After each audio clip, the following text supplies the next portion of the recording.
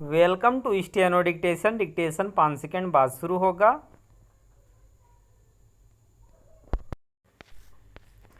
Start. नागरिकता संशोधन कानून के नियमों को अधिसूचित करने के 2 माह के अंदर 300 से अधिक लोगों को नागरिकता प्रदान करने के अगले ही दिन प्रधानमंत्री मोदी ने आजमगढ़ में एक सभा को संबोधित करते हुए यह बिल्कुल सही कहा कि इस कानून को लेकर झूठ का पहाड़ा खड़ा किया गया और दंगे भी कराए गए। चूँकि झूठ का पहाड़ खड़ा करने का काम विपक्षी दलों की ओर से किया गया, इसलिए वे इस आरोप से बच नहीं सकते कि उन्होंने लोगों को गुमराह कर सड़कों पर उतारा।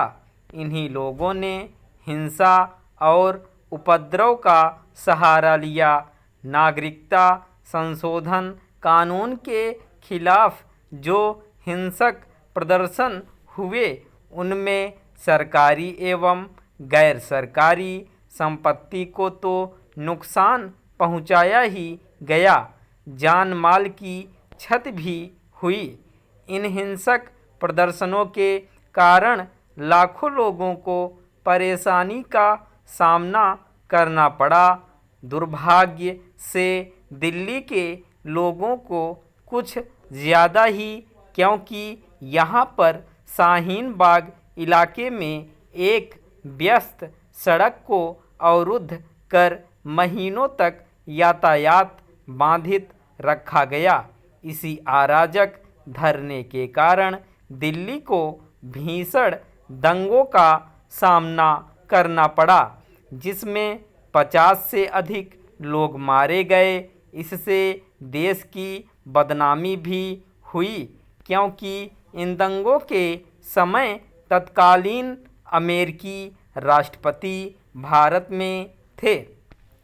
नागरिकता संशोधन कानून को लेकर लोगों को किस तरह बरगलाया गया, इसका एक प्रमाण यह है कि 2 माह पहले जब इस कानून के नियम अधिसूचित किए गए तो कहीं कोई विरोध देखने को नहीं मिला।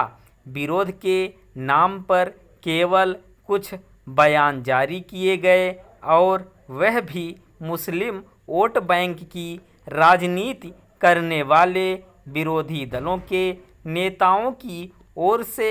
स्पष्ट है कि लोग समझ चुके हैं कि इस कानून के विरोध में सचमुच झूठ का पहाड़ खड़ा किया गया था और यह कोरी अफवाह थी कि इस कानून से भारत के मुसलमानों की नागरिकता छीन ली जाएगी।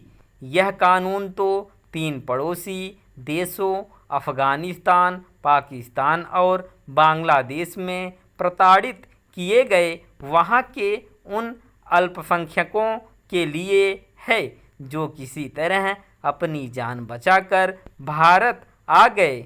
बुधवार को ऐसे ही कुछ लोगों को भारत की नागरिकता प्रदान की गई। इन दीनहीन लोगों को नागरिकता देने का विरोध क्यों? आखिर इन प्रताड़ित लोगों को नागरिकता देना गलत कैसे है? यह तो भारत का नैतिक दायित्व है और एक तरह से विभाजन के समय की भूल को सुधारने की कोशिश भी। यह शर्मनाक है कि कुछ दल और विशेष रूप से तृणमूल कांग्रेस एवं वामपंथी दल अभी भी नागरिकता संशोधन कानून का विरोध करने में लगे हुए हैं।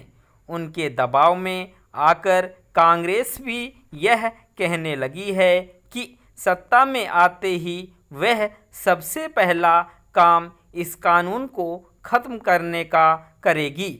आखिर कांग्रेस या फिर अन्य दल यह अमानवीय अनैतिक काम करने का वादा क्यों करने में लगे हुए हैं। स्टॉप।